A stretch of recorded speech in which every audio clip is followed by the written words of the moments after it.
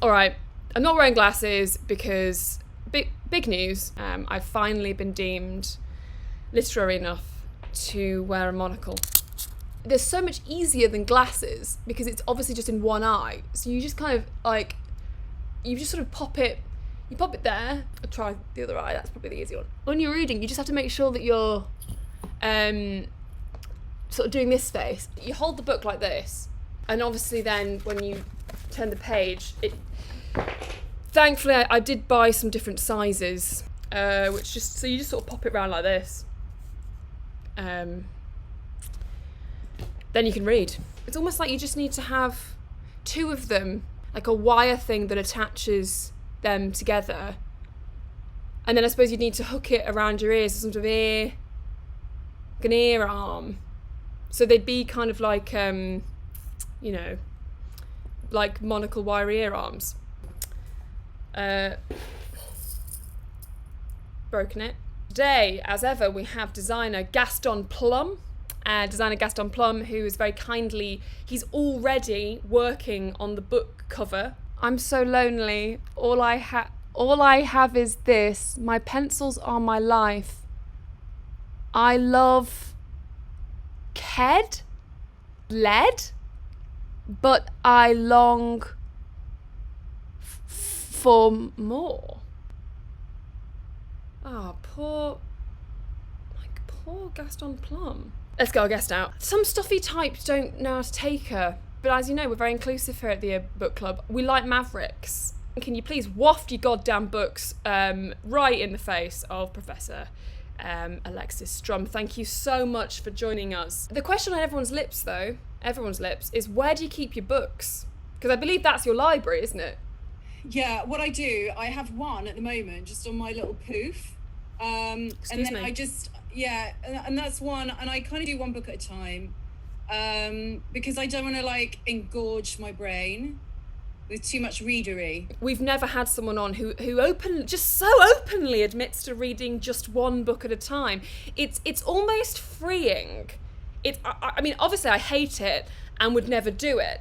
And look down on it and disrespect it. We often talk about the literary canon here at the book club, and for you, I think you'd probably just pop anything in there. Yeah, I would shove anything up my canon. What frightens me about you is how you want to bring reading to, and just correct me if I'm wrong, a wider audience. I mean, books that you can read on your phone, books that you can WhatsApp. I'm sorry. Books. Excuse me.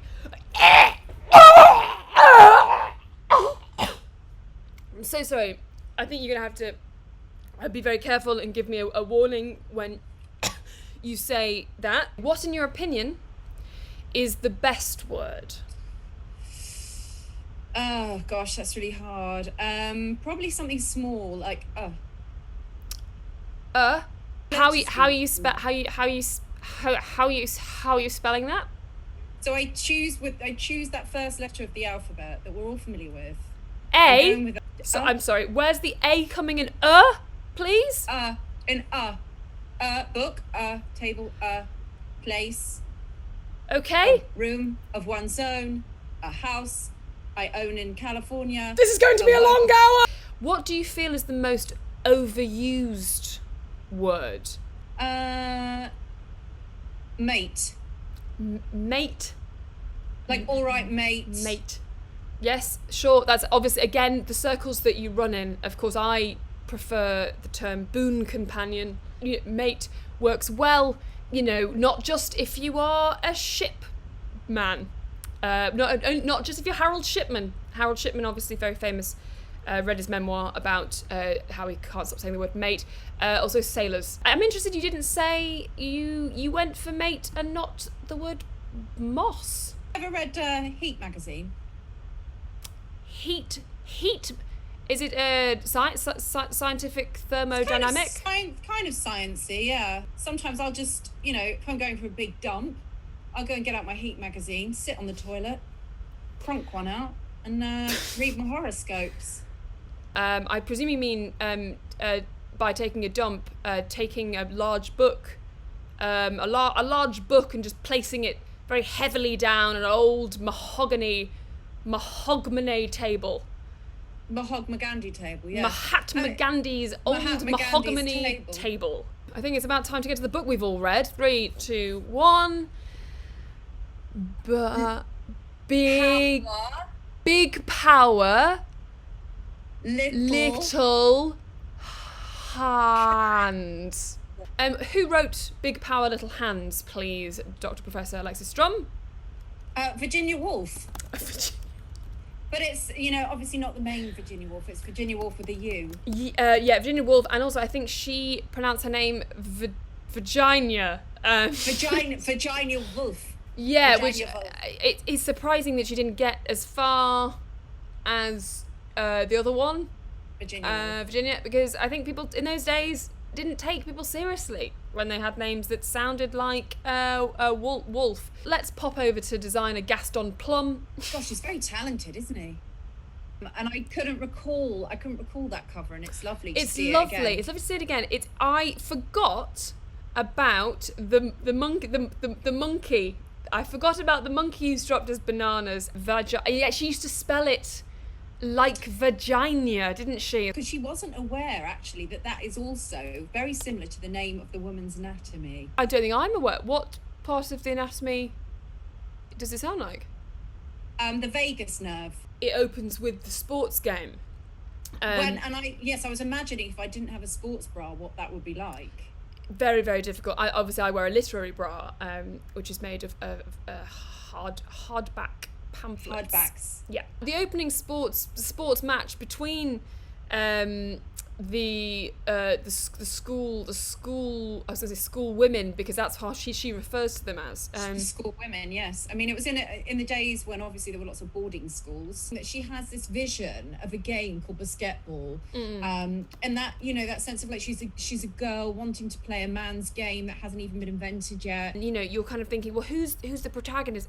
It's the ball. It's the ball.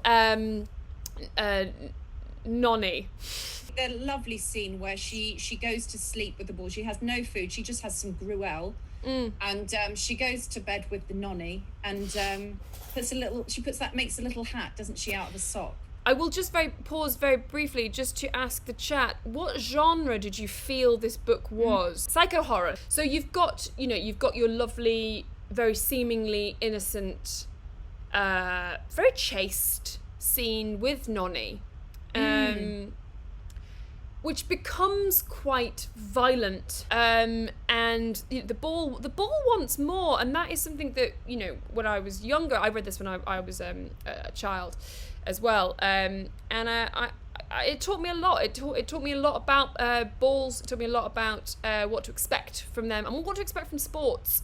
Why have an ending to a book as well? That's kind of something that I often lecture on. God, War and Peace. War and Peace.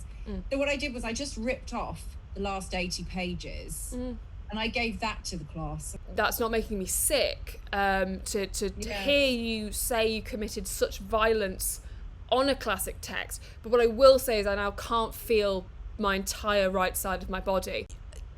Essentially, Nanny just starts killing, and she won't stop killing, and it is only balls. This is a little school woman with a lot of wielding a lot of power, and her hands, obviously tiny hands. How does she hold the Stanley knife? That makes sense because Stanley knives are quite small, but then she does brandish a cannon. They're kind of, I suppose, if you imagine, as if I were Nanette, aka Nanny, in the book. Yes. Oh my, yeah. I'm feeling very uncomfortable. I'm feeling very uncomfortable. Look, I'm so uncomfortable that my monoclay has got caught in my hair. You're gonna have to cut that out later, Stevie. But if you wouldn't mind reading the moment where Nanny pounces on the snooker ball, and we all speak French here, so that's not actually a problem. Et allô, petit pâle, je veux tuer. Et je pense que tu m'aimes. Non, tu m'adores. Mais moi, non plus. With the snooker ball, obviously, what's so fascinating about it is there is that element where she hang on. J'attaque le ball de snooker avec un laser. dans mes yeux. She has laser eyes. Climax, yeah. Climax, where, you know, she goes into a room of one's balls. And it's just all of the balls that she's accrued and tortured. And then she has what can only be described as a right old time of it. It's a ball romp, really, isn't it? In fact, you see my painting? Yes. That's inspired. Oh. By that scene. Yes, I can see. I got on the phone to Mark Rothko. I was like, Mark Rothko, can you just knock me up a ball orgy? Yes. No, I can see it. Did you expect that twist, though? Of the ball? What the? Oh no, the final twist. When she goes, oh non, le akisak. I didn't, because I was expecting some comeuppance for her, and rather than go to prison, which I was hoping she would, but then I realised, of course, you know, back in those days, you couldn't get incarcerated for chopping a ball in half. Whereas now, you know, now of course, ball laws came in. Federal offence, isn't it? Yeah, you call the feds, and they will. They'll put you away for a long time. You can't actually really get away with deflating a football these days. I was hoping she'd be put away, and she wasn't. And it just ended with her just throwing her head back and laughing, and then there was that. Did you get the impression that she was turning into a ball? I didn't expect it, but I did from Vagina, because I knew that Virginia Woolf is such an excellent writer. Yes. And in fact, she's my favourite Virginia Woolf, much more so than the other one, who I feel really moaned a lot in her books. What was the message? It's pretty clear. It's a bird in the hand is worth two in the bush. It's actually very good. A ball in the hand is worth two in my ball in the hand is balls. worth two in your bush. Oh, balls. Yeah, pop some balls. You know, if you've got a spare bush, just you can keep your balls in there. Yeah. Provided you've got two already in your hand. Steve-O has just sort of thrown in a comment about monkeys eat bananas, because we of course didn't even mention what is important enough to be on the cover. Obviously, because she was sent away to boarding school, her father was a notorious hunter. He'd skinned a monkey. She used to, when she went to bed with Nonnie in the evening, she would put herself into the skin monkey suit, kind of like a onesie, and would remind herself of her father. Sorry, that I'm just was the Oedipal reference. It's actually horrific. It was charming. It was always like a Hallmark card. I suppose in those days, Hallmark was a lot more realistic. You know, it wasn't just like, oh, happy birthday, Mum. It was like, what's life? Life is, I've skinned a monkey and I'm getting in its skin to show my dad some things. Let's go to designer Gaston Plum for the completed book cover. Good Lord, Onion? Non, c'est le snooker. Virginia's done it again. Frank Peñas. There she is. The lasers. There is Nanny, with her laser eyes shooting down through the basket. She's splitting the green ball. He's put the exchange rate in there. One ball is two bush birds. Plus de balls. And of course Vanessa Paradis. I gotta get out of here, Johnny Day. And Celery Man 93 asks a really great question. Where's the trademark dog of Gaston Plum? We don't seem to have, but Nanny has. I'd hasten to pop. Rendered as though it's been rendered very quickly. It's actually been the most eye-opening book club session. I think we can all agree. You have your own Twitch, Chanel, twitch.tv/Alexis Strum. Thank you all. Thank you so much, Dr. Strum. That was so fun. So enlightening. Thank you very much, all of you, for being here. We're going to be back next week at 8 p.m.